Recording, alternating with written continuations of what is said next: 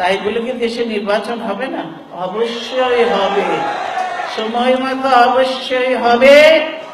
এবং আমি বিশ্বাস করি যারা এত মানুষ হত্যা করেছে, খুন করেছে, গুম করেছে, পঙ্গু করেছে, এত মায়ের চোখের পানি, এত বোনের চোখের পানি, এত ভাইয়ের চোখের পানি কখনো বৃথা যায়নি, যাবে না।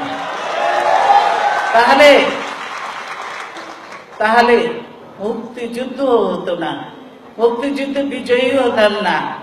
এত রক্ত গিয়েছে বলেই তো আল্লাহ তাআলা আমাদেরকে বিজয়ী করেছে। এবং এই ইয়াং ছেলেপেলেরা সব সেখানে অবশ্য সেনাবাহিনী যোগ দেওয়াতে তাদের সহযোগিতা পেয়েছে এবং সাহস বেড়েছে, কাজ করতে সুবিধা হয়েছে।